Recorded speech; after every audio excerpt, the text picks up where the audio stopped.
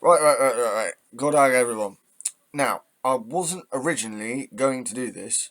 I was just going to sit and watch it, but it started getting interesting. So I think I'm going to have a fair bit to say. So here we go. Question time from the third. Cheery news of the week: the UK could be facing the longest recession in a century. But hey, it's not all bad. You could always be watching Matt Hancock eat kangaroo bits in the jungle. Is that We will be dig? talking about the big topics Is that tonight. And not question just time a dig comes from to Horsham in Hancock? West Sussex, But just a short drive from Gatwick Airport. And the people of this area have delivered a Conservative MP continually for Horsham. well over But 100 is years. that a dig But to the audience here is ITV? selected, as every week, to ITV? reflect a range of opinion across the country and the voting record of the nation as a whole. And yes, tonight our audience do want to talk about the Australian jungle, but also the economy, immigration, and the World Cup in Qatar. Welcome to Question Time. On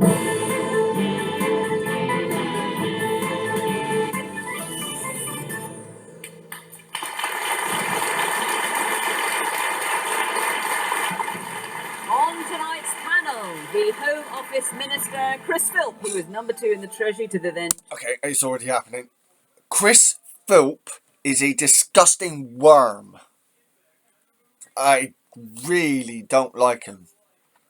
You know, he was second in the. He was a secondary minister in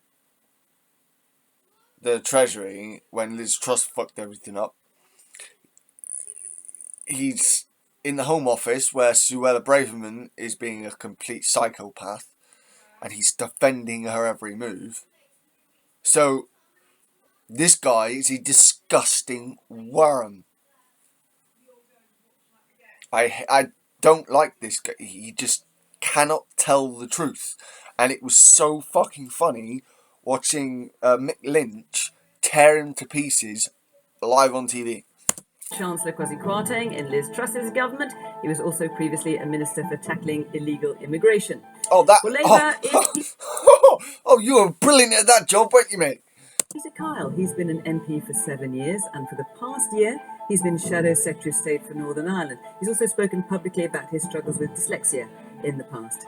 Editor-in-chief of the world-renowned magazine The Economist is Zanny Minton-Beddoes. The most recent edition has a picture of the Prime Minister under the headline, Reasons to be Cheerful. Well, we'll see about that.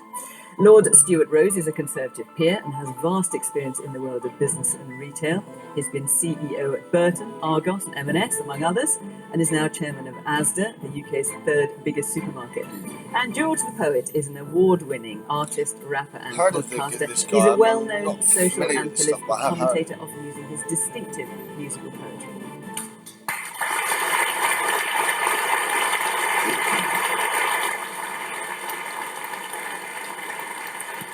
Good evening, welcome to our panel, welcome to you all here from Horsham, very good to see you, and of course welcome to you at home. Do join in Question Time in the usual way on social media at BBC Question Time. Let's hear what you've got to say. And before we take our first question, just a reminder that we are now live on the BBC iPlayer at 8 o'clock every week, in case it's too late to stay up and watch us after the news on BBC One. So live on the iPlayer at 8 o'clock. Right, let's take our first question, shall we, from Alex Bubb. Is it now too late to avoid a long recession next year? Yeah, we're already in one. Well, as we've heard today, the Bank of England is warning that we could be facing the longest recession since the Great Depression. Months? Stuart? A month? Sadly, it is too late. The recession is here. There's been some debate about whether we're in a recession or not, but we are. And you only have to look around you about what's happening. I'm afraid we're going to have a very, very tough 2023. Some of us who are in business will be looking to do our plans for next year for our businesses. If your business year end is at the end of December or your business year end is at the end of March, we're looking at that. And I've been having such a meeting today on a company that I chair. And if you look at the headwinds of costs coming through on things like carriage, insurance, freight, cost of goods through the factory gate, I'm afraid inflation is here. It's here to stay. It will have an effect on people's propensity and ability to spend. And of course, we've got the budget coming, and the budget is going to be bad news. And fucking hell. So even a Tory peer believes that the budget is going to be bad. Rishi Sunak's budget's going to be that, according to Oh, As chair of ASDA, are you noticing already your shoppers tightening their belts? Well, listen, it's not a secret. We run a survey which is independently run for us by one of the big audit firms, PwC. yeah, it's not a And secret at all. 20% of all households in the UK, they're not exclusively ASDA customers, 20% of all households in the UK are running a £60 a month deficit. That's a shocking number, but it's true. Chris, the question is it too late to avoid a long recession next year? I mean, obviously, we've got the government's statement or budget, really.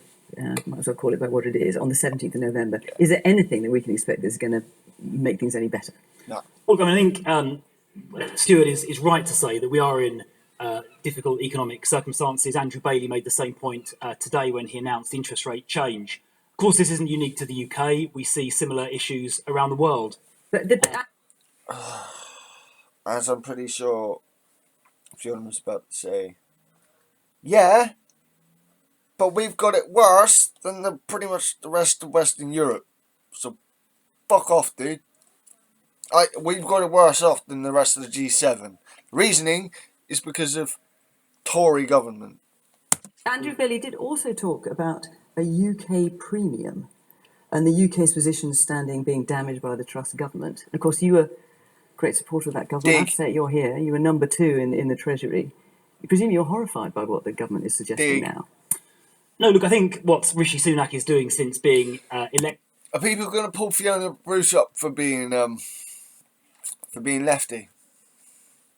Probably not. As Prime Minister is trying to get the ship onto an even keel. There was obviously a lot of market turmoil a few weeks ago. That has thankfully largely settled down. Things like the currency and the government bond yields are back to pretty much where they were before the mini budget. As I say, there are global. But it still Was that budget that you were a large part of? Well, I mean, I wasn't taking the decisions, but I was in the government. At the Well, time. you were You're number right. 2 in the Treasury. Yeah, I was in the government. That's right. I wasn't taking the decisions, but I was there. You're right. These are global challenges. We've seen Jamie Dimon, JP Morgan talk about a recession in America.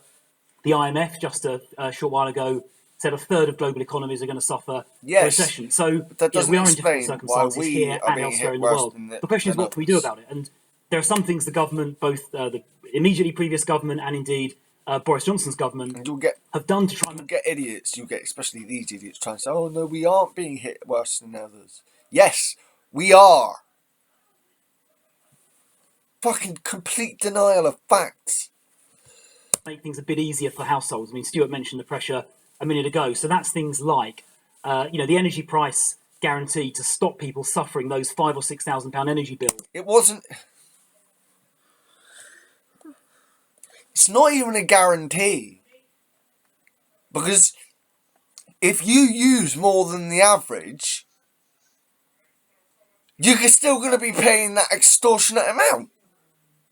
So it's fucking ridiculous. That we fear. Once again, Chris Philp being shown as a liar. Is there The anything five- that we can expect Well, to let come? me come. So the 5p of fuel duty, raising those national insurance thresholds to put an average of, I think, £300 or £400 in people's pockets, increasing the national minimum wage a few months ago by Sally 7%. is shaking her head here next So to these are all things. Whilst he's talking, the economist sat next to him, and probably the Tory peer across from him, are disagreeing with him. And obviously the Labour guy's going to disagree with him. The guy is by himself. He is a lying asshole slimeball, and people know the people sat around him know that he is. And they are treating with the contempt he deserves. Even Fiona Bruce treats Chris Philp with the contempt he deserves, and it's hilarious. Things which are going to help people, in these difficult circumstances. She doesn't even have to treat him with contempt on purpose. Just speaking objectively, treats him with contempt because of the way he is. It's hilarious. As far as the budget or the autumn statement is concerned, obviously, I don't know what's going to be in that. We'll find out in a couple of weeks' time. What I think it will do is make sure we are being responsible as we face these new circumstances. And we've seen Rishi Sunak as Chancellor a year or two ago get this country through COVID in unbelievably difficult circumstances. And the fact we've got the lowest unemployment now for about 48 Artificially. years, I think is testament to the way that he steered us through that Dickhead. crisis. And I think he can steer us through these difficult global economic circumstances that we face today. So why are you shaking your head at all that, Zanny? So I'm shaking my head because Stuart, I completely agree with Stuart, the recession has already begun. We would have been in tough circumstances anyway because of the big shock that's come from global events. The inflation, the US has very high inflation, the war in Ukraine, energy prices. But frankly, it was made much worse by the incompetence of the Truss administration. So you have including Chris fucking Phil. Those spectacularly bad 3 weeks have made Britain's situation much worse. Now, yes, the Bank of England, we have got a dullness dividend. We've got competent people in Downing Street, but competence should be a requirement, not an ambition for a government. Exactly. And now we've got competence, hopefully. But we've got this budget coming up, and that budget is basically going to be allocating pain. We're going to see tax increases and spending cuts that are bigger than they would have had to have been if we hadn't had the stuff that happened in September. And they're going to make the recession worse because we're going into a recession anyway. Interest rates are going up further, probably not as much as the markets were expecting, but they are going up further. They're going up further because they have to get inflation down. And all of this is made more difficult by this huge gaping fiscal hole that we have, for which we have to raise taxes and cut spending, all of which is going to be really hard because things that are politically, the sensible ways to cut spending are bad for the economy, and the things that are politically somewhat easier, or economically sensible, are politically more difficult. And so it's just going to be raising taxes. It's going to be really tough. Yes, the fact that this government has said that it won't raise VAT, national insurance, or income tax when we've got the scale of challenge we have is barking mad. We should be considering all manner of things, or similarly, we should be considering phasing out the triple lock. The scale of the challenge on pensions, the scale of the challenge we have mean that all this stuff has to be looked at, and the problem is worse because of what happened in September. Right, lots of hands. You were all sitting there, and none of you with your hands up, and they suddenly all shot up. So the woman at the very back. I think the most vulnerable members of our society in this recession are children. There are already 800,000 children not eligible for free school meals but living in poverty in the UK. How will our society protect our most vulnerable members through what is to come? Okay, we'll come to that. Yes, the woman there in the blue top. With the current crisis and us going to recession, should it be right that Liz Truss or any ex-PM still gets the allowance year after year for placing the UK in the economic mess that we're in? Chris? So I think the allowance is supposed to pay for office costs. But I've got to say, having been in office for like 45 days or whatever it was, it does seem, frankly, pretty unreasonable to be claiming it. And I hope she doesn't. Okay. And the man there in the check shirt. Oh, for once he doesn't. Just wondered how putting up interest rates helps inflation. People haven't got money in the first place, and now you're putting more money on loans for businesses, for households. How does that help when we've got no money in the first place? Because, of course, the idea is that it will deter people from spending. What you're saying is we haven't got the money to spend in the first place. Create a good economy. Peter, what would Labour do in this situation? Well, I think the points people are making are really important about how this is impacting people. We understand how it's impacting businesses and jobs. We understand from economists that actually this recession, comes to the original question, it is now probably here with us, and it's going to be a long and very painful recession. But we have to understand that for the last 12 years, there's left such a lack of resilience in families and in households and in people's finances. 20% of people in the UK have no savings at all. 44% of people in Northern Ireland, for example, have no savings at all.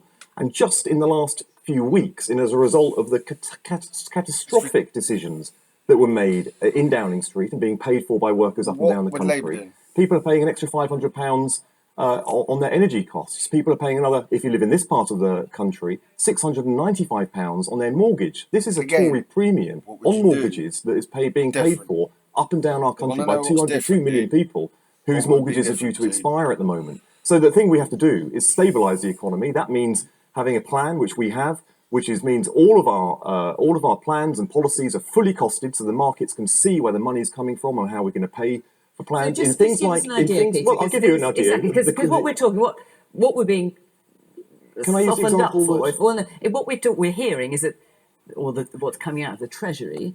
To the newspapers and to the broadcast media is we're all going to have to face tax hikes of some sort, and we're going to have to rein in spending. So what would Labour do? Well, your question is, how will Labour solve the catastrophic hole in our finances caused by the Tory party. We will have to stabilise the economy and then move to a plan that grows it. We have both of those things. Firstly, in terms of actually getting people supported, let's take hungry school kids. We have a plan which is based on taxing and closing the loophole for non-dom status, so people who earn their money abroad but live here and don't pay any taxes here. We would close that loophole and we would fund, so every primary school kid can have food before going into school. We'd also use some of that money, so we would double the number of doctors being trained and triple the number of nurses being trained and quadruple the number of midwives being trained. This is the sort of thing, the plans that are going to tackle the challenges we have that are fully funded. Now, Rishi Sunak, he put up the national insurance tax, so he is funding hardworking people whilst himself and his family is avoiding tax by using the loopholes that we seek to close. Fully funded, tackling the challenges we have. Hang on. Then we will move his forward. wife, who did have non-dom status, is now paying tax in the UK. His family and he himself has avoided paying the taxes for which he says that he will make eye-wateringly difficult choices. It just seems to me that none of the choices he is making affect him himself. I want to see a government that will actually put its money where its mouth is and put people first. The woman there in the white top and the glasses. That was actually, you know it was what, only that for was the pretty comment powerful. on the triple lock, because I just feel that the pensioners That's for a actually long pretty powerful. time have You really know what? suffered. People keep saying to me, what would Labour do about, what would Labour do instead? And yeah, there you go. And if they've got actually costed, that's not what that's talking there isn't about cutting. That's about raising taxes, but raising taxes in an intelligent way so that they can invest properly.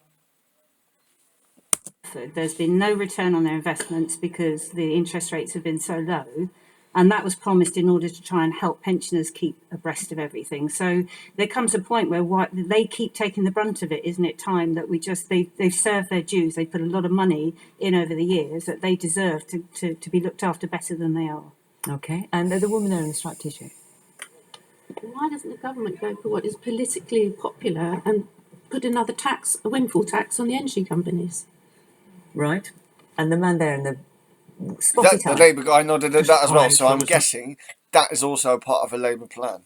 Made on the point of tripling the number of nurses and other professionals. Quite frankly, if the wages are not going to go up, people aren't going to go into those professions. The positions can be created. If the wages are not there in line with inflation, then people aren't going to want to go into those professions. The government talk about, get people to, we need to. They was also talk about reskilling. No, look, it's not about reskilling or anything like that. It's about having it's not just about wages either, although the guy is correct. It's also about the incentives you have for people going into work. Like directly, that's directly true.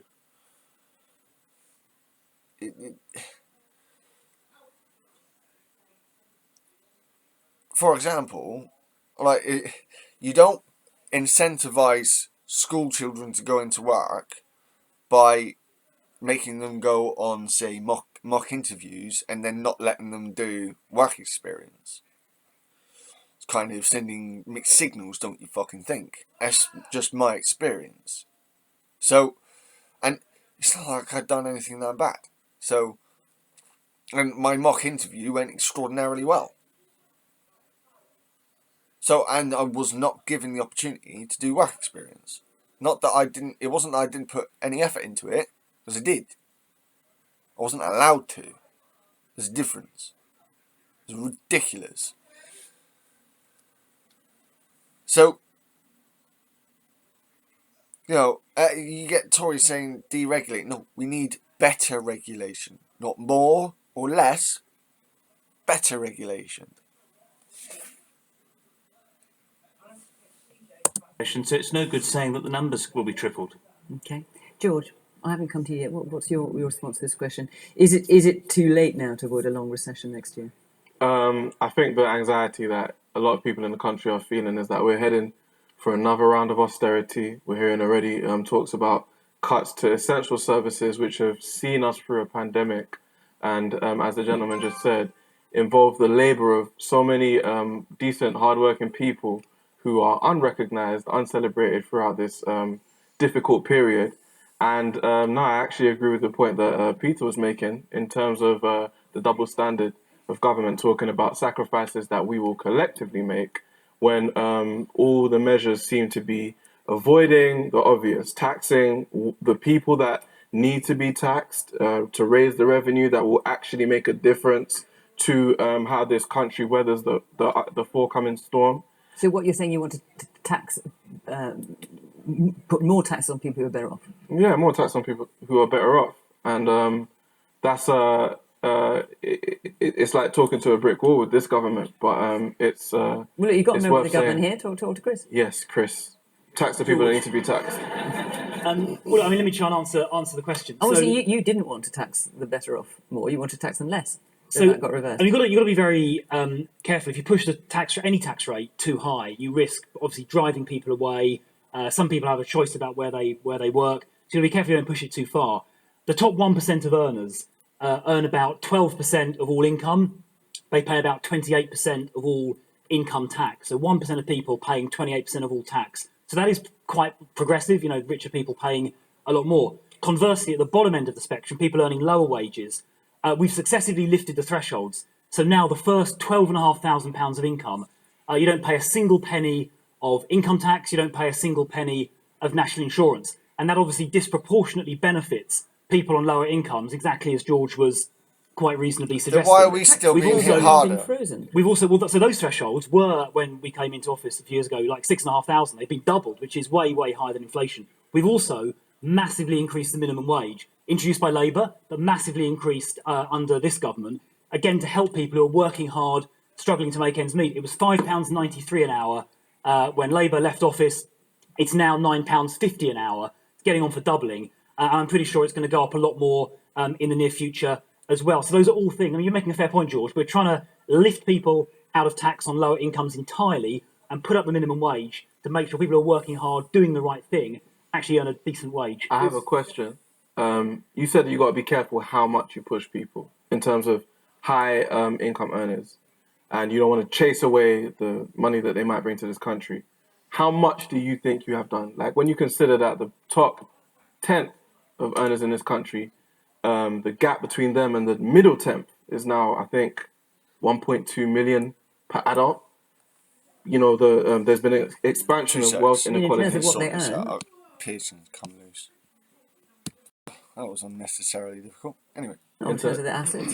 He means inequality, I think. Right. So, yeah, how much do you feel like you guys have been holding these guys to account? So I think, income inequality, I think what you're asking about, has been, it's gone up and down a bit, but it's been broadly constant over the last few years. Up and down a bit, up and down a bit. On that top tax rate point, so say the top 1% are paying 28% of all income tax. Dickhead. We've got to make sure people that have a choice about where they choose to locate in the UK. So I used to be technology minister, we've got a booming tech sector, which is a real strength for our country. But a lot of tech businesses, they're internationally mobile. They don't have to come here. They go to Singapore, South Korea, the USA, anywhere really they can locate. We've got to make sure they choose to locate here, create jobs here, pay taxes here. So it's quite a delicate balance to strike. And it's obviously a matter of debate where we draw it. But when the top 1% are paying 28% of income tax, they are making a pretty big contribution. Can I just weigh in and sort of pull all of these really good points that have been made together? We have a huge gap to fill, and we're going to have to fill this gap at a really difficult time. And I think the principles that you lay out are absolutely right. People with the broadest shoulders, people most able to pay, should pay disproportionately more. So the first question is, how much do you close this gap by cutting spending, and how much do you close it by putting up taxes? The last time we had Osborne austerity, 3/4 of it was done by cutting spending, with, I think, catastrophic consequences. Fucking right. So the fact that this time there is talk that it'll be a bit more even, more coming from tax, and than probably equal or something like that, is more sensible. Within spending, the reason I talked about thinking about phasing out the triple lock, and I agree with you there, pensioners have had a tough time in this country, but in the last 10 years, actually, the state pension has grown faster than average earnings. So, it's going to be difficult all round, and it's going to be parceling out pain. Everyone's going to have to pay something. I think the lady who made the point about You know, kids in poverty, I completely agree. They are the most vulnerable. That's why I think universal credit should be protected, because these are the people who are really, really being hit hard right now. Okay, on so the tax. okay, so if I'm getting this correct, what Zanny Minton Beddoes is saying here is that whilst she thinks that we have to make cuts, which we don't necessarily, and they're saying that 28%, what was it? Chris Phillips saying 28% of taxes paid on by the rich, by the top 1%. Well, if they've got more money than the rest of us, then and they're only getting richer, then why don't they pay more as they're getting richer? Side. But yeah, if I get what she's saying, then basically, whilst yes, she thinks that this stuff has to happen, like, you do not, a universal credit of benefits protected. I'm not sure about pensions. It's not something I know about. I might have to read up on that, but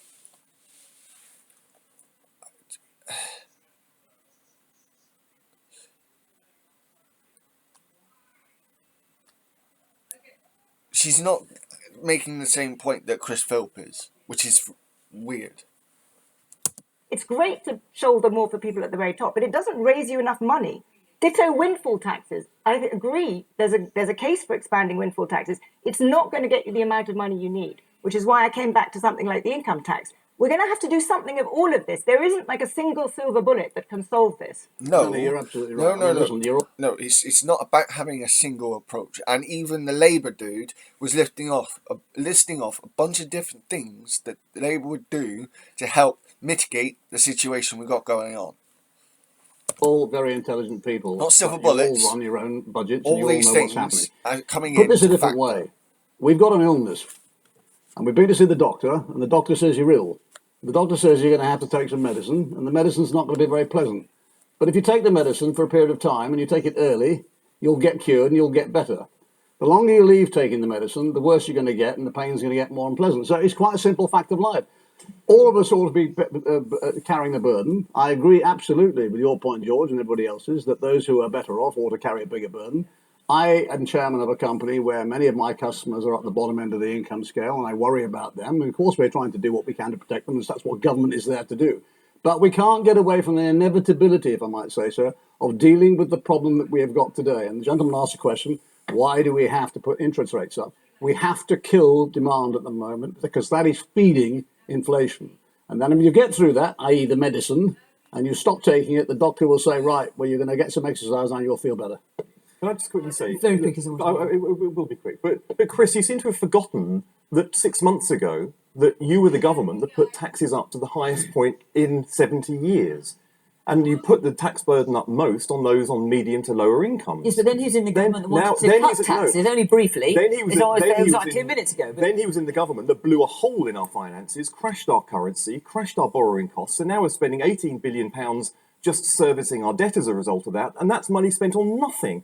This is what you did, and then 2 weeks ago, you stood up in the House of Commons repeatedly and spoke against those people who are advocating a windfall tax. The thing about a windfall tax is we do need to share the burden of taxation, but we're not just on people, but on businesses too. We need to share the load equally. There are some businesses, not because of strategic genius, cunning or guile, are making billions and billions of pounds simply because Vladimir Putin invaded another country, invaded Ukraine. Now, those countries should be sharing the load. We can't load it all on people on lower incomes, which is what's going to happen. And it's not just incomes that are going to be clobbered, because our public services are going to be stripped. Who are the people who are going to suffer the most when the police are being withdrawn from more poor communities? What's going to happen when people are adding to the queue for the 7 million people already waiting for treatment on the NHS? It is people on lower incomes that are going to get the worst of it. So let's spread the burden evenly. Let those who can afford to pay more pay their share, but not just people, businesses too. We've already got a 65% windfall tax on energy companies. And a quarter of it's given back. It's going to deliver. I didn't interrupt you. It's going to deliver £20 billion. You mentioned police. We're about to hire 20,000 extra police officers, and you mentioned the currency movements. You're not. The currency, and the government bond yields have look gone at the back. audience. Have gone Let's back look to at where the they were. audience. Because I don't. But as you start with this list, Well, what he said big was accurate. no. Listen, I'm not trying to disrespect what you're saying, but there's big sighs coming through us as you go through that list. I'm not Because if you cut 20,000 police and add 20,000 police, that's not 20,000 police. It's as simple as that. You cut 20,000 and you haven't increased it by more than 20,000. So we're not even back to where we were. Well, yes, we will be. We're going to have more 7 police. years We're ago. going to have more police than we started with. All right. Well, we know you can't add up. Let's move on. Before we do, I want. That's class. I'm going to rewind that a second. That was class. The NHS, it is people on lower incomes that are going to get the worst of it. So let's spread the burden evenly. Let those who can afford to pay more pay their share, but not just people, businesses too. We've already got a 65% windfall tax on energy companies. And a quarter of it's given back. It's going to deliver. Right, so 65. Yeah, so there are loopholes. So the quarter of that is given back. It's just ridiculous. He's like, as soon as the Labour guy tried to talk, the Peter Kyle MP tried to talk, right? Or as soon as he started getting into the meat of what he was talking about, Chris Philp was automatically, and it was because he knew exactly what Labour dude was about to do. And he's right. Yes, there's a windfall tax. And he didn't just say, we need a windfall tax, we need to expand the windfall tax. That's what he said. So, fuck you, Chris Philp. I didn't interrupt you. It's going to deliver £20 billion. No, you tried to. Police. We're about to hire 20,000 extra. No, see, right? You were supposed... Boris Johnson came in on the promise of 20,000 new police officers. The evidence for that recruitment is... That recruitment started shortly after he came in is shown in the Casey report, because the amount of uses for Regulation 13 on probationary officers went up sharply, which would correlate with the recruitment drive, especially one that wasn't regulated properly. So once again, Chris Philp is a liar. Police officers, and you mentioned the currency movements. You're not. The currency, and you're not exactly.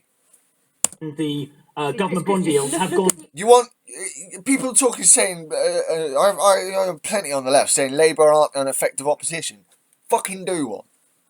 Have gone back to where they were. Because I don't. No, they aren't back to right. They can't be back to what they were. You fucking twat. Considering the population has increased. So, evidently, you got what, a C in GCSE mathematics? Bellend. As you start with this list, well, what he said was accurate. No. Listen, I'm not trying to disrespect what you're saying, but there's big sighs coming through us as you go through that list. I'm not because if you cut 20,000 police and add 20,000 police, that's not 20,000 police. It's as simple as that. You cut 20,000 and you haven't increased it by more than 20,000. So we're not even back to where we were. Well, yes, we will be. We're going to have no, because people have still been. Because people have still been lost. Let's move on. Before we do, I want to tell you that we will be in Wells next week, the rather beautiful Somerset Cathedral city of Wells, and the week after that we're Somerset, in Snape, down this way, near Wells. the Suffolk coast. Also, so if you'd like to be in our Wells audience, down this go not down to this the way, Question so a Time bit website, farther you can follow north the from instructions there. Somerset. Come and be part of our audience, and incidentally, the list of all the venues where we're going to be are there, so you can see if we're going to be near you and apply in advance. I did apply. Okay, let's take another question now. So many of you asked about this next topic. I wondered about starting with it, but given the news on the economy, I felt it might be slightly flippant. But I have to say, overwhelmingly, you asked about this. Can you guess what's coming? Georgina Rangecroft. Should MPs be allowed to appear on reality TV shows? Who could you be referring to? Right, I have a particular opinion on this. Forgetting all the jokes and the gig and the laughing about this, right? An active MP should not be going on something like, whether that's Labour, Lib Dem, Tory, I don't fucking care. An active MP who is supposed to be actively representing their constituents in their constituency is not supposed to be going on an extended break to go on a reality TV to save his career. That's not for his constituents, that's for him. If he wants to do that, he can wait till he loses his fucking seat. Obviously, the former health secretary during the pandemic, Matt Hancock, is going on what is already in the jungle, as far as I know, and will be appearing on a television near you from Sunday. Chris? No, they shouldn't, and that's why he's had the whip withdrawn. But how can you? Should something be done to stop him? I mean, Georgina's question: should they be allowed to appear on it? Should any MP should be allowed? No. I mean, I don't think they should be allowed to. How you do that? I mean, not short of like chaining him to the. This is why I advocate for changes to the rules of the parliamentary system, in how, in the recall system, give power back to the constituents, not to the politicians themselves. Because they're not supposed to represent themselves; they're supposed to represent us. Green benches. I'm not sure how you'd go about doing that in practice, but no, I don't think he should be allowed. I mean, your question is a reasonable one. He's been elected by his constituents in, I think it's Suffolk, and no, he shouldn't be in Australia in the jungle. So a fellow Conservative MP described him as for going into the jungle as an absolute prat. Would you agree with that description? Yeah, might as well. Well, I think. Would you like to echo that? I think the audience have registered their verdict. But clearly, going on this programme appears to involve doing embarrassing things on CCTV. So I can't imagine why they chose them. Right. Oh, blimey. Peter, I mean, part of what seems to have got people's goat, and there's lots of hands up, so I'm going to come to it, is that he is taking, as far as we're aware anyway, he's taking his parliamentary salary as well as the fee for appearing on the programme. It's the fact that he's away from Parliament when we're dealing with things that are affecting... I'm sorry, he's taking his parliamentary pay whilst he's... What?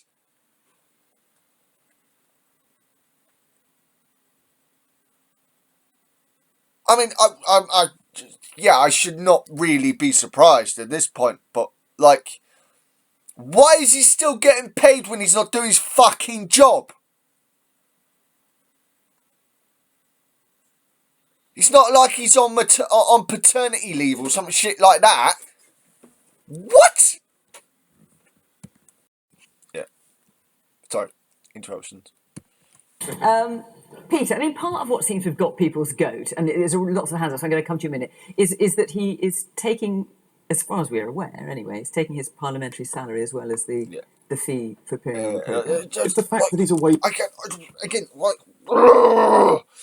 He's not doing his job. Again, I will reiterate, it's not like paternity or maternity leave. The guy is not doing his damn fucking job. Why is he getting paid? From Parliament when we're dealing with things that are affecting people's lives.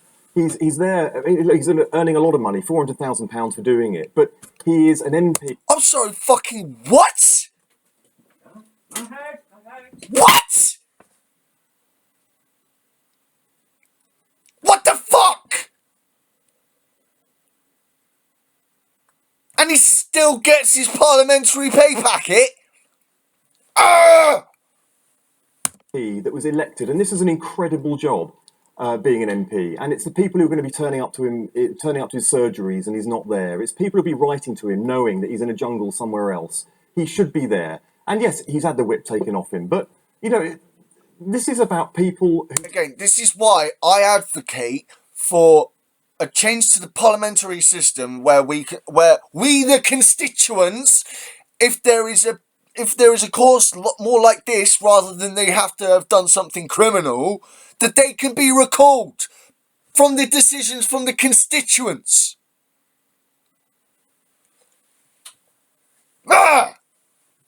They don't take Parliament seriously. Boris Johnson has been lying on a beach for week after week. He should have the whip taken off him. That's another good point. Boris Johnson barely did his fucking job anyway. And then he decides that he's just gonna fuck off for weeks on end to go on a fucking holiday when he's supposed to be representing his constituents. You aren't just Prime Minister, mate. You're an MP. That's an actual job, not a celebrity title. We do have recesses. Yes, we have recesses to go on. This is the point he's making. We have recesses to go on holiday. He's going on holiday during our active parliamentary period. It's ridiculous. The Scottish Labour leader, Kezia Douglas, she also went on. She was wrong to do it, but that wasn't the Westminster Parliament. She was wrong to do it. You know, we shouldn't. We should take these. Yeah, see? And you own up for it, not defending it. Nice. Jobs seriously. These are special jobs that we have with special responsibilities, and we do have recesses. So, yes, he shouldn't be there, and also it's insulting some of the excuses that he's using for it as well. I mean, he just shouldn't be there. Fucking right. That's a point, because he's talking about, amongst a number of things, being able to talk about dyslexia, which he now campaigns for, and obviously you are. There are much better ways to talk about this from. You're not there to represent yourselves, you're there to represent your constituents, and I'm sorry, but that's still not a legitimate excuse. Excellent, you've talked about that. Does that cut any ice with you? I find it quite hurtful, actually, because, for me, who has overcome barriers in life, I want things like dyslexia and other barriers that other people have to overcome to be seen as gateways to success. I want them to be attached to success.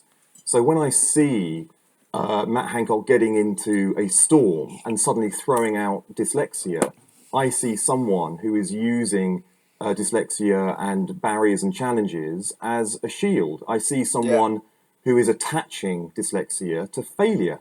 And that for me is hurtful.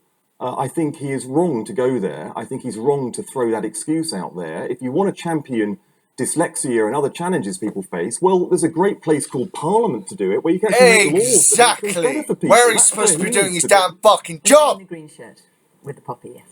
Yeah, I've no doubt he's going to be a fantastic celebrity. We all remember him trying to squeeze out a tear on TV when he was talking about the COVID vaccine. That's the other thing. This is supposed to be, I'm a celebrity, get me out of here. He's a parliamentarian, not a celebrity. Yes, he's well known, but he's still not a celebrity. No. Also got a book out to sell. No respect for the man. Right. The man in the pink shirt here. I think the irony with this particular situation is that the public get to decide whether they keep him there or not. An early election, if you like. Yes. The woman there, I can't see, you're wearing a dark top. Yes, with a white t-shirt. Yes, I just wanted to say, you asked how would you get rid of him given a choice. Surely, if you work for an employer and you bring them into disrepute by your actions, can you not dismiss him that way? Not that it would be difficult to bring your party into any further disrepute anyway, but I'm just saying that is a way out. Oh, nice! Fucking nuts. She just hit that Tory with a verbal smack in the teeth. The thing is actually if you're a Conservative MP, you have to be convicted of an offence. You have to be suspended from the House of Commons by the Standards Committee for 10 days, or convicted of an offence under the Parliamentary Standards Act. There's very specific rules. But if you just think, I don't like what you're doing, and it doesn't come under, correct me if I'm wrong, Kristen, it doesn't fall into any of those categories, then actually you can't trigger but a sort of special election to get rid of him. He's getting paid for a job, and he's not able to do that job while he's away. So he's skiving, really, isn't he? Yeah, exactly. Well, you might say so. I couldn't possibly comment. Right.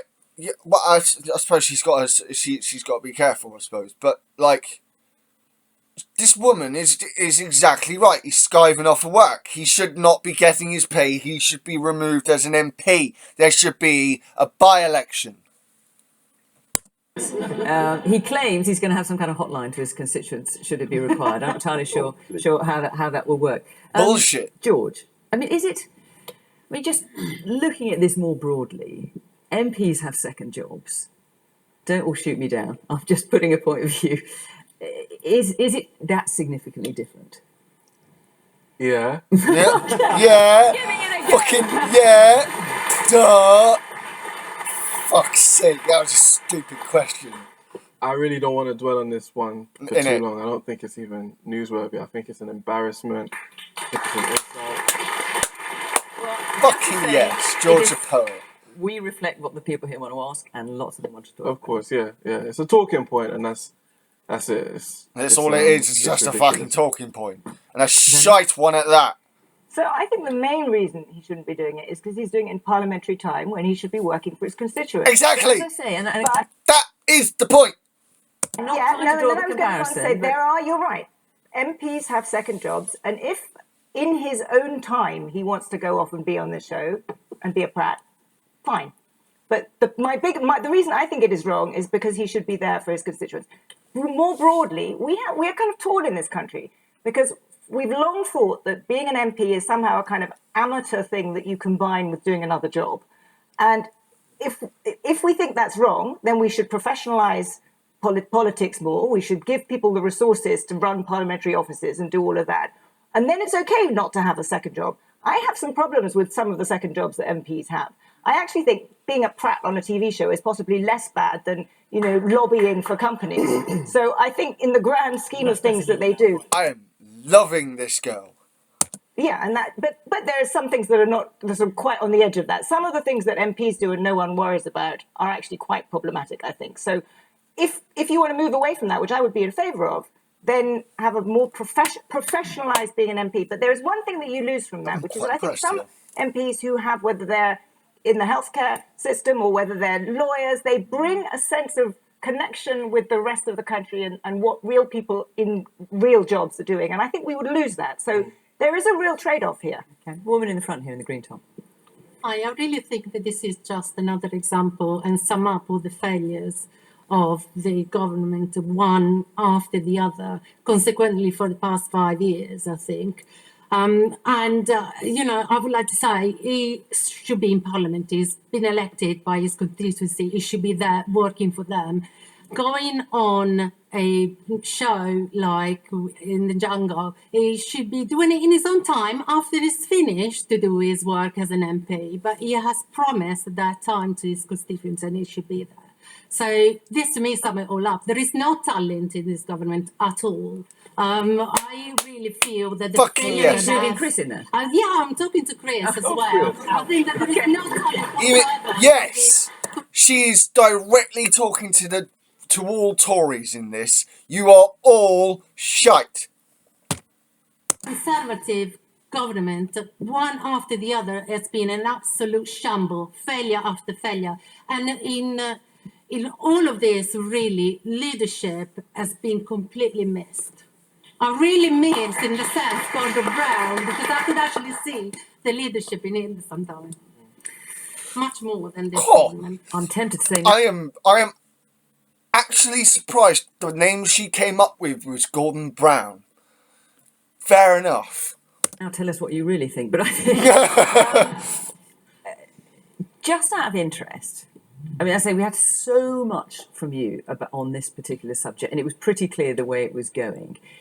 Is there anyone here in the audience, and don't be deterred about putting your hand up if you do feel like this, who thinks, maybe it's not great, but actually I'm just not that bothered?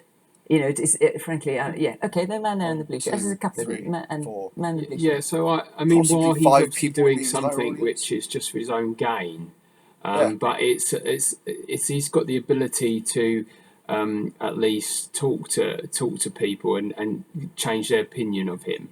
So while it's not a good thing necessarily, he's actually going to be out there, and people might actually know him a little bit better than all the stories they've got. So I know that doesn't benefit us, but I'm saying it does give a different opinion of his character. Okay, Stuart, what do you think of it? Listen, I don't want to say much. George, I think, said it. I think it does not pass the smell test.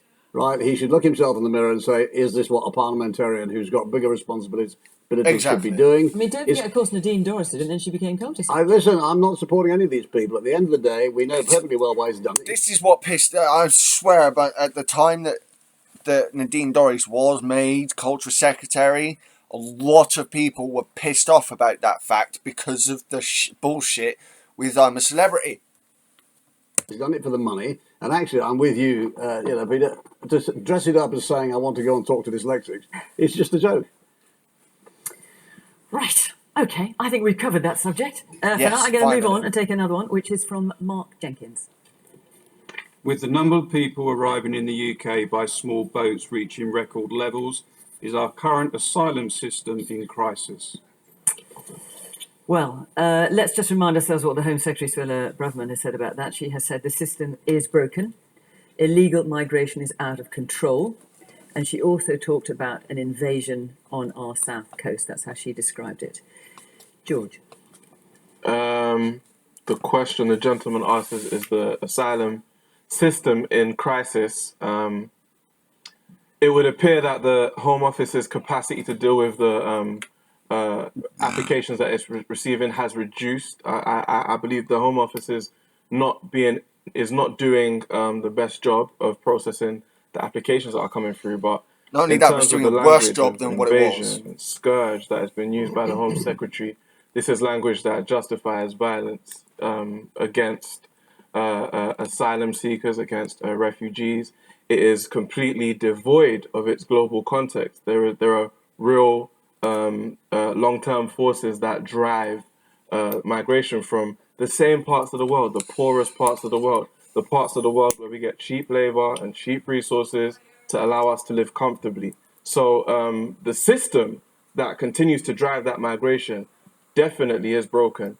But the system that Suella Braverman has been beating her chest about, that has been in the hands of Conservatives for 12 years now. So who broke it? Exactly. Peter?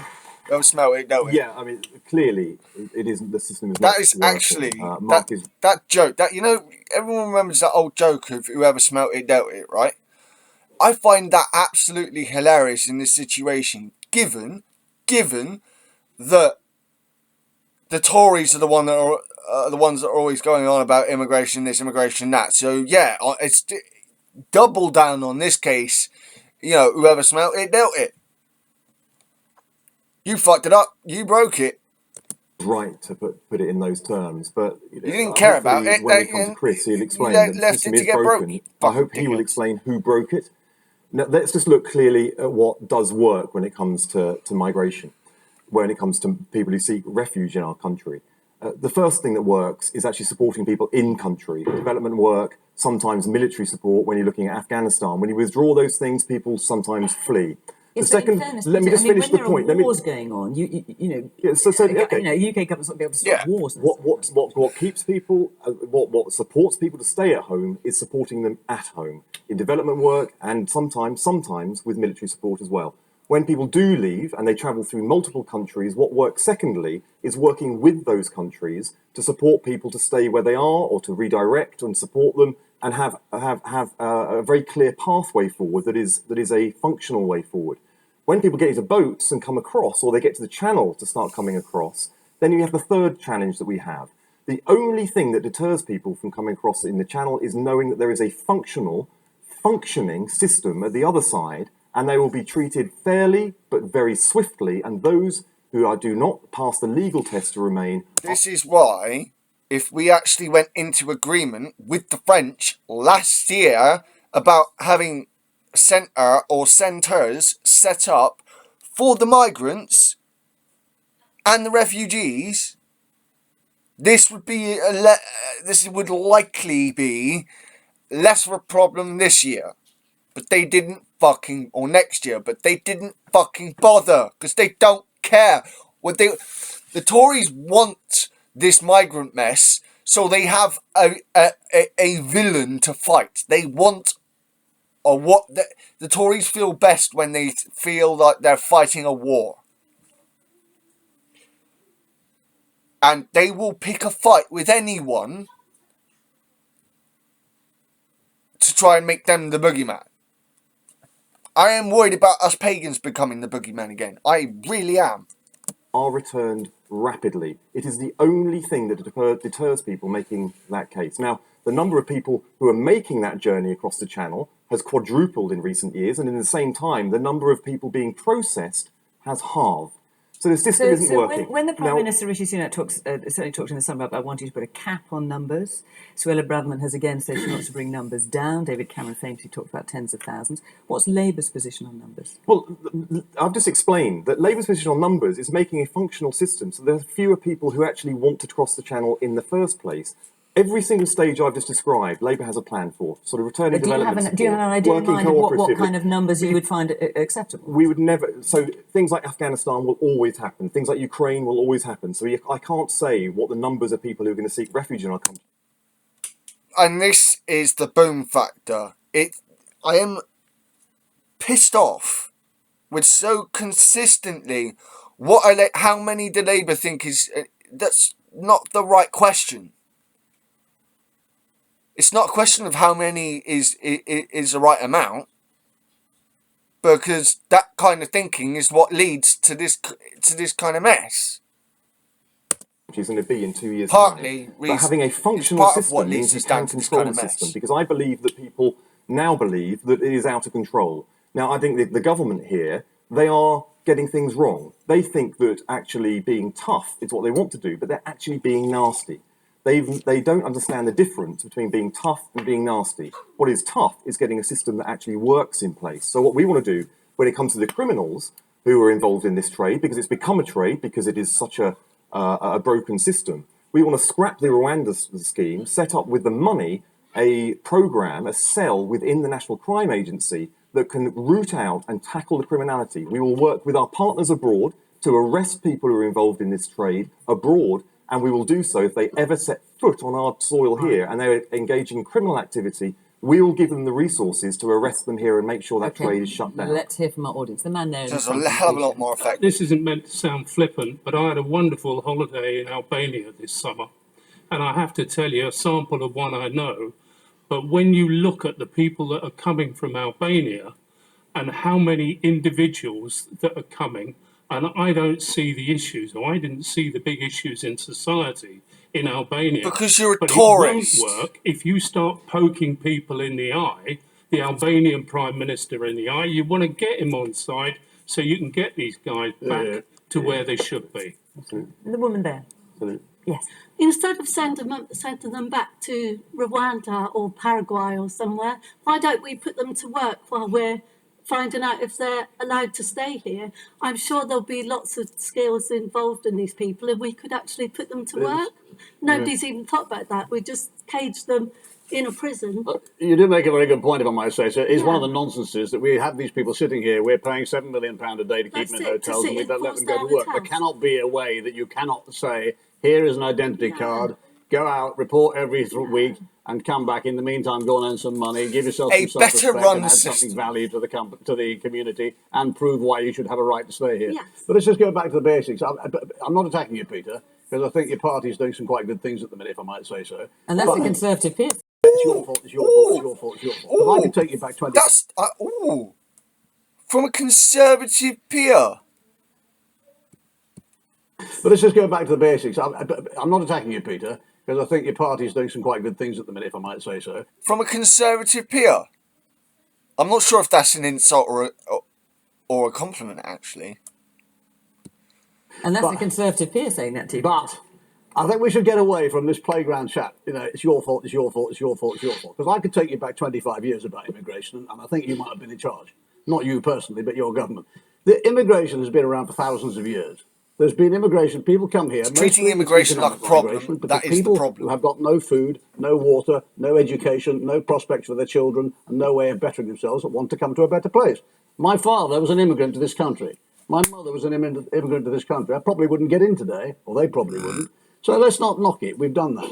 People have come here from persecution, political persecution. We've had people in the Pale of Russia. We've had the Huguenots. We've had the Ugandans. We've had the Syrians. We've had everybody here. And now we've got these people. Now, there's always, in that migration, people who are going to game the system. But we have to be, if we're a caring, rich country, and we're apparently the 5th largest economy in the world, even with our recession. I think it's 6 now, but yeah. 6. But we have to accept that it's part of our duty. The world is changing. The world isn't from 1945. It's not 1955. It's 2023. This is coming from someone who's relatively elderly. Why are you setting fireworks off so damn early? live in this country and accept that's what it does, or we go somewhere else. But you can't stop it. Now, what I don't like the way that we're dealing with it. I don't like the rhetoric. I don't like the fact that, the Home Secretary is standing there. He goes to Manston today in a Chinook helicopter. What? Like, it is the most overdone response to a situation ever. Oh, I need to take a trip down to this refugee centre in Mansfield. Oh, I'm going to take... that's, 20, 30 minutes away. Oh, how am I going to get there? Chinook helicopter! And the excuse she gives is that she was taking a flight out over the sea. Well, from all the bits and pieces I've looked at, it doesn't even seem like the Chinook went actually out to sea with her in it. So what was the fucking point other than her own fucking ego? What sort of message does that send to anybody? Are we starting a war with these people down in Manston? How That's do we what the ever Tories allow would like to think. the person to do that? How could she speak with such dangerous language about a problem? And you made the point, and several others have made it, and the gentleman there made it. This will only be solved by negotiation. And it will only be solved by people sitting around a table as everything is solved, whether it's the Northern Ireland Protocol, whether it's the Rwandan situation, or the issue about Rwanda, or whether it's, the public order bill, which is going through the House of Lords at the moment.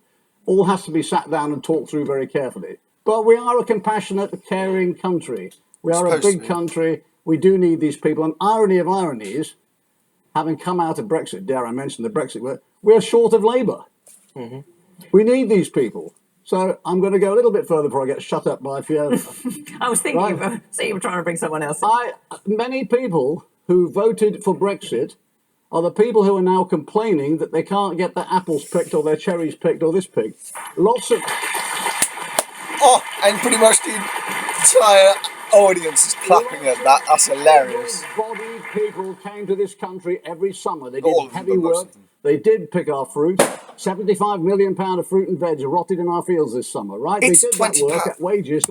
I'm sorry, it's 1:20 in the afternoon here, right? And someone is setting off fucking fireworks. What's the point? Other people wouldn't do it for. And I know your point, George, is that maybe that's cheap labour, but we need the labour. We've now got to a situation where we stop those people coming in, and we're now giving 6 months visas to people to come from Nepal to pick our apples, and people come from Malaysia to pick our apples. How does that work? How do we end up in this mess? It's crazy. But immigration needs to be sorted. I'll shut up. No, I completely agree with you. We need people, but I don't think having people come in small boats across the busiest shipping lane in the world in November is a safe way to do this. So we do have a problem there. And that problem, I think, has got a lot worse.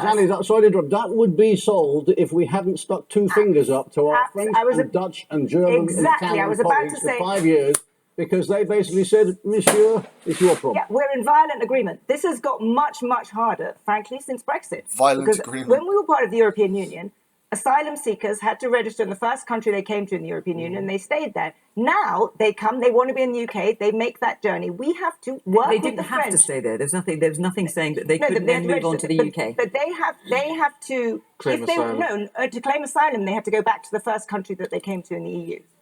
Once they've got asylum, then they can go anywhere in the EU. But now we have a situation where they want to come here, and you're completely right. We have to work with the French. The only way you're going to stop this growing number of boats is by working with the French. Instead, we have a policy which is kind of somewhere between incompetent and cruel. We need to process things much faster. The rhetoric about invasion is totally not helpful. Hang on. We need to work. I hear a lot of criticism about BBC Question Time and the people that are on it and how right-wing bias it is, but I've done 2 of these now in a row, and whilst there's been right-wingers on there, I could not have said it was right-wing bias. So I don't know.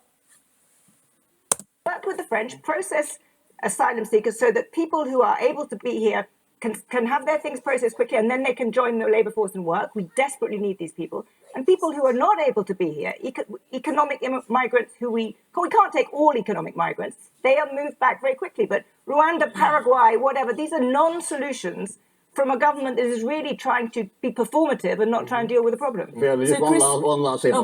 This gentleman had me nodding after. I never thought in my lifetime I would hear myself agreeing with the Albanian Prime Minister on Radio 4 this morning. So when he said the government was acting like a madhouse, you were agreeing with that, were you? I'm sorry, I will shut up. Okay. So, Chris, you've got the Home Secretary saying the system is broken, migration is out of control. There's general unhappiness about it. I think that's a fair thing to say. I don't want to put you on the spot here, but I mean, you were Minister for strategy when it comes to illegal immigration and for returns for 2 years. What was it, 2019 to 2021? What went wrong? Yeah, well, let's try and sort of analyse the situation, taking it as a whole. So, I mean, Stuart is right. We are a generous country. We do look after people who are genuinely in need. And let me give you a few recent examples. When the war broke out in Ukraine, we immediately welcomed people to this country. And I think over 150,000 Ukrainians have now come. When the Afghan government fell last year, we brought over people. When Kabul fell, we've got the Arak and the Arab scheme. I think now about 23,000 Afghans have been welcomed into the United Kingdom, safely and legally. When there was that awful war in Syria, when Bashar al-Assad was murdering his own citizens, aided by Putin, we had a resettlement scheme, a legal resettlement scheme to bring Syrians from the edges of Syria and from camps in neighbouring countries, legally and safely, directly to the United Kingdom, and it was mostly vulnerable people, so particularly women or people with health problems. So people that work there just to go through a list. I appreciate that you are saying that there are things the government has done right and where it has worked. I totally take that on board. But nonetheless, you've got the Home Secretary saying the system is now broken. Was it broken when you were partly responsible for it, or has it all gone? Well, I think it's been pear-shaped since then. I think it's been developing for a while. I mean, in addition to all of those, you can tell us what it's like from the inside. Yeah, no, I'm about to. But in addition to that, last year we've issued about 1 million visas for those people and students and workers. So we are welcoming. So what's going wrong? A lot of people. So we've got these legal routes, both for work, for students, and for genuine refugees. You've then got the people who cross the channel on small boats. Now, the nationality mix has changed. Albanians are currently the predominant nationality. A number of European countries, for the reason the gentleman said, just say Albania is a safe country, full stop. You just can't claim asylum at all from Albania. And for whatever reason, they've chosen to come here on these small boats. They're in a safe country already. France is a safe country, obviously. Whatever country you come from originally, you could and should claim asylum in France or Germany if you're there. There's no need to make this dangerous journey. And we can't have a system where people make... I'm sorry.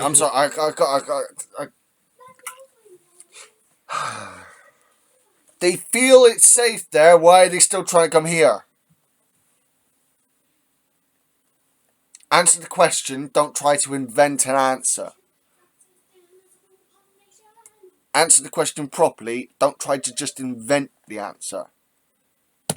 Illegal journeys unnecessarily. So we've got to find a way of stopping these journeys. It is, I mean, she's right, the Home Secretary, it is out of control. I think it's so far 40,000 this year. It's causing enormous problems. We can't really absorb 40,000 people just turning up a year. I mean, it's just pretty much impossible. And why didn't we set up the infrastructure to deal with it when the warnings were there that this was going to happen?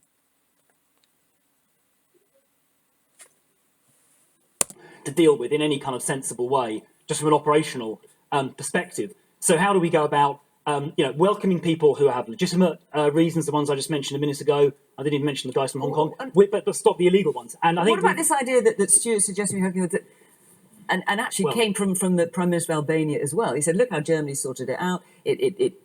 People came from Albania to Germany. The people who came illegally, we sent them back. The people who could work, while they were waiting to claim asylum or claim asylum, we gave them a job. So we have a deal with Albania, actually, despite the Prime Minister's remarks earlier, that was made, I think, last year, where we can rapidly return people to Albania, and I think that is being activated. It's been a lot faster than that. And by the way, since Peter has popped his head up, he talks about wanting to prosecute people for illegal offences. Yeah, when we took the Nationality and Borders Bill through Parliament, which increased the criminal penalties for dangerous people smuggling, guess who voted against the increased penalties for people smuggling. It was the increased penalties were towards the migrants, not the criminals. That's why Labour didn't back it. Oh, this is so bad. Peter and others in the Labour Party, when we were trying to deport you slimy little lying wanker murderers and rapists back to their country of origin, not Rwanda. Who was it that popped up and claimed that these murderers and rapists shouldn't leave the country? It was the Labour Party. So I'm not taking any lectures from Peter, but the system has degraded. Let him have a go back, over please. The last few years, and it does oh, need please let him have a go back, because this slimy cunt needs to shut up. Take another question. Woman here in the green scarf. So firstly, I'd just like to point out that the basic question was the system broken? Yes, it is broken. And you've just tried to spin to us. No, it is broken. It is broken. A whole it is broken. myriad of things of making us try to lose track of it. But it's not just the asylum system. I would say that the NHS system has been busted. I think the transport system has been busted. I think education is in failure. Courts. The court system is in absolute turmoil. Dare I pick up your point, Mr. Rose, and say how much of this potentially is down to Brexit? And given so many of your party are prepared to stand up and say, oops, sorry, I made a mistake, I've changed my mind about something, is there a possibility that the country may have changed its mind about the effects of Brexit too? Right. If this audience is supposed to represent the views of the country, and the Tories seem to think that the country goes along with them, why is the majority of the attacks going at the Tories, at the Tory, not the Labour guy? The man at the back in the yellow shirt. I think it's fair that Chris acknowledges the fact that there is a problem and the system is broken, but the problem is that he's not taking responsibility for who got us into the problem in the first place. And is there, there's been a lot of criticism of the language that the Home Secretary used on this panel, as well as more widely. From some of the questions that came in this evening, I could see that not everyone was critical of that. Is there anyone in the audience who feels that actually she was that she was right to say what she did? Yes, the woman there in the blue shirt. Great. They're coming here illegally, and there could be many criminals. We don't know who they are. And when she talked about an invasion, you felt that was the right... It is an invasion. Oh. That's how it seems to you. Okay. All right, and the man behind his hand suddenly shut up. Yes. I think similar language was being used several decades ago when the large Asian community were exiled out of Uganda, came to the UK, and we look at their economic contribution to the UK economy. I love which that. Has been... I absolutely love that. That's quite funny. So we've gone, this guy, right? I'm not sure if he understood Fiona's question. If he did, then what he's done is really clever. If he didn't, then it's just fortunate. But what's just happened here is Fiona Bruce has just turned around and said, "Does anyone here support what Suella Braverman said?" And about it being an invasion on the south coast. This fucking ignorant twat says, "Oh yeah, it is. Oh yeah, it is." Right, and immediately afterwards, a guy almost right behind her, is Tara said, "Well, they were saying this ages ago about the Asians that came from Rwanda. Yet look at the good they've done." It's immeasurable. But we're still using the same language then as we are now. We were wrong then. Are we wrong now? Okay. And George, of course, your parents are Ugandan, is that right? My parents are Ugandan, yeah. And they came out. It's just interesting, this question of scale, because what you get is that the potential threat that the lady spoke to is just inflated. I think less than 0.1% of this country, refugees, I think it's 0.18%. Public funds for that 0.18% are £38 a week per person. And over 1 million people in this country have no recourse to public funds. So, like, where is this threat that is suddenly overwhelming the country? I don't see it. Okay, let's take another question. We've only got about 7 minutes left. I want to try to fit this in. Dan Becker. With the increased awareness for inclusivity in sport, should we be supporting the Qatari World Cup, considering their appalling human rights record? No, Peter. But, Well, I think fans should be able to go and support their team, and I think that's a non-political act. I think that representing though political parties and going is a political act. So I don't What about think the Welsh First Minister, Mark Drakeford? Well- is Labour. He's going. I wouldn't be going. The Labour Party here Do you under think he's Keir. wrong to I am going to answer the question. I think Keir Starmer has said that none of our front benchers are going. If I was Mark Drakeford, I wouldn't be going. But Mark has a very specific challenge that isn't elsewhere. He does represent a country, Wales. He's the First Minister. If he doesn't go, then the other deputies and other parties will go and represent Wales for them because they've said so on the record. So he is in a very specific situation. Now, I wouldn't be going and representing, but I understand the circumstances that he's put forward as his reason for going. Look, I'm pleased the Prince of Wales isn't going. He is the heir to the throne. He represents, the head of state as his son. I'm pleased he's not going. I'm pleased we're not having that kind of high-level political representation and royal representation. It matters. But fans, of course, them going and supporting England in our matches and other teams that are playing, that's a non-political act. But I think if you are going and I like the way you your pitch this. attendance can be interpreted as a political support, it shouldn't happen. Stuart.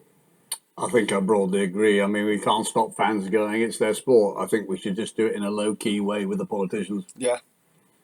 Yeah. George? Okay, yeah. I just want to remind everyone that I think 100 unaccompanied minors are still missing from UK hotels that they were placed in.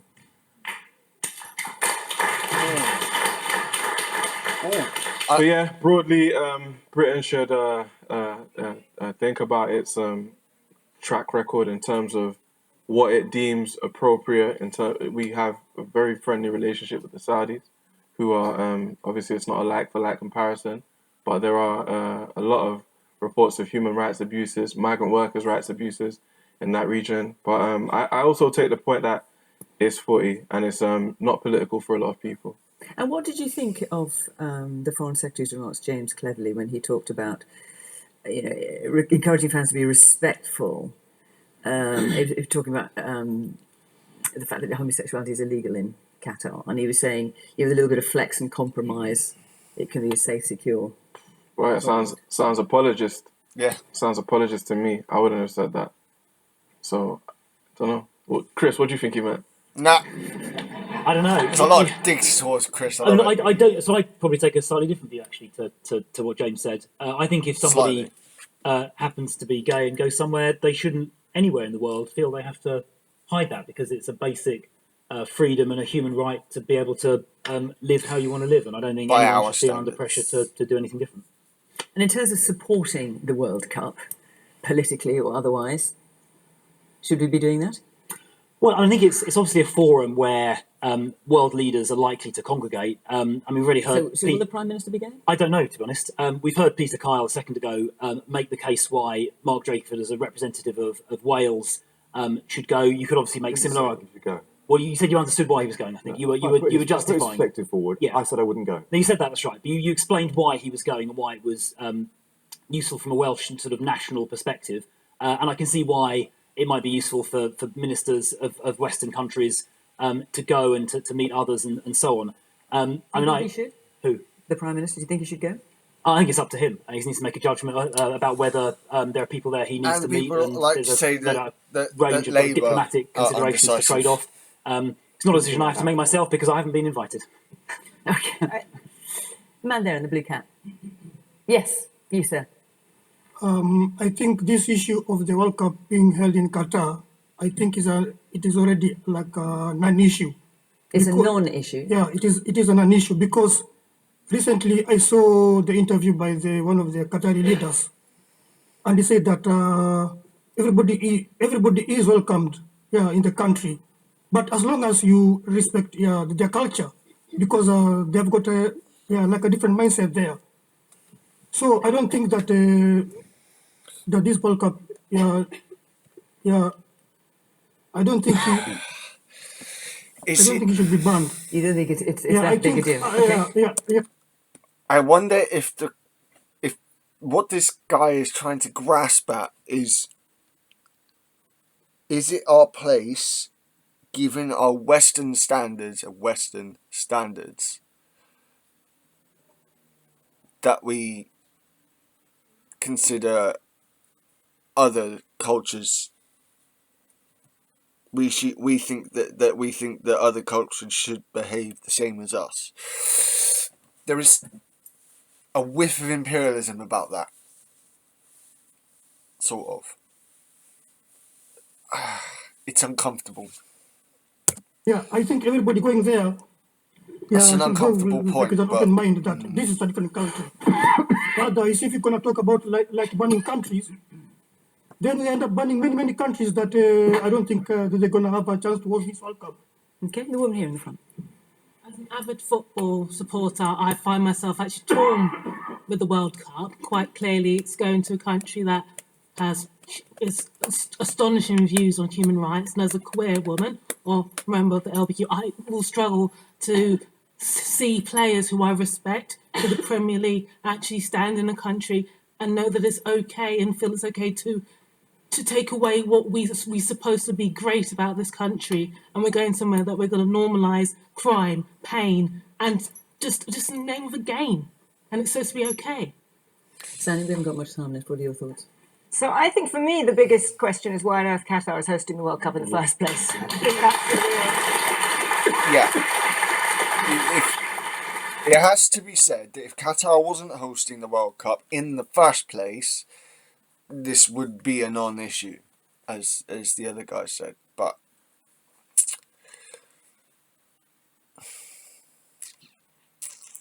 yeah, it's as someone who's been fighting, as someone from the West, who is of a culture that's technically now a subculture within British culture, within British society. You know, we don't think and behave the same way that everyone else does. And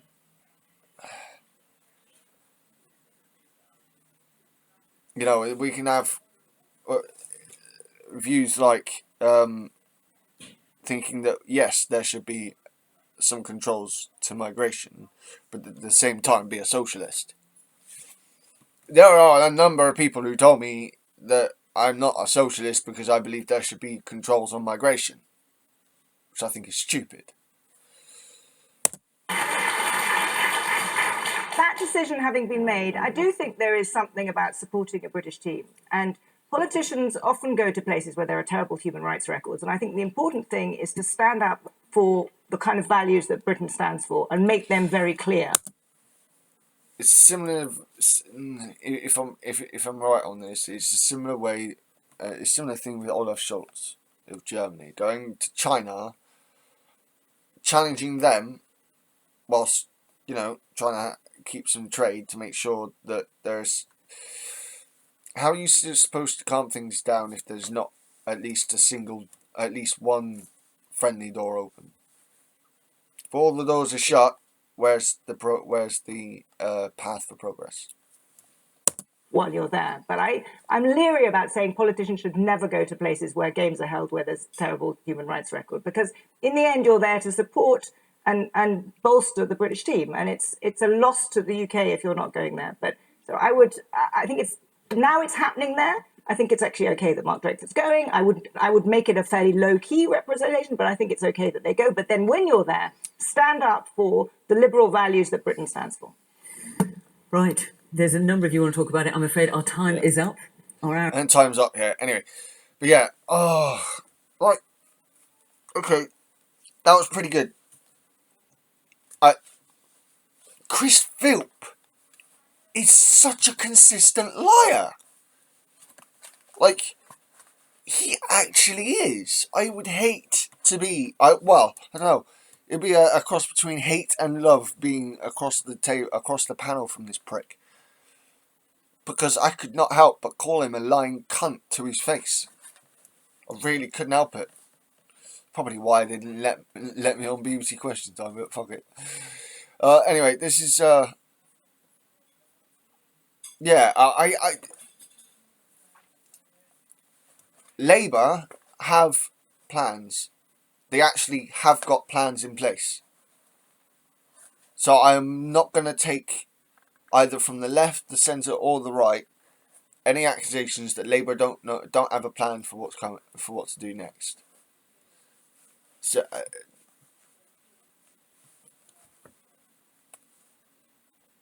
several times I've heard plans for what they do, and whilst there's a bunch of spending in there, it's if they, and I will have to say I will have to see the evidence for it. But if they've actually fully costed it, fair enough. How can you fault it? The immigration thing, again, like, whilst I believe that migration needs to have some control, we need the infrastructure for it. And the Tories don't want to put the infrastructure up for it. One, because they don't believe in state control. Two, because they don't want to fork out the money for it. And three, because they need an enemy. They always need an enemy to fight a war against. And immigration for the Tories seems to always be one of their fallback lines. It's ridiculous. But there you go. I mean, you even had a Tory siding with Labour. So, I'm not sure if that's a compliment or an insult. But either way, this has been Shadow Rita. This has been my daughter Specky. Bless the Thursday, everyone. Have a good day.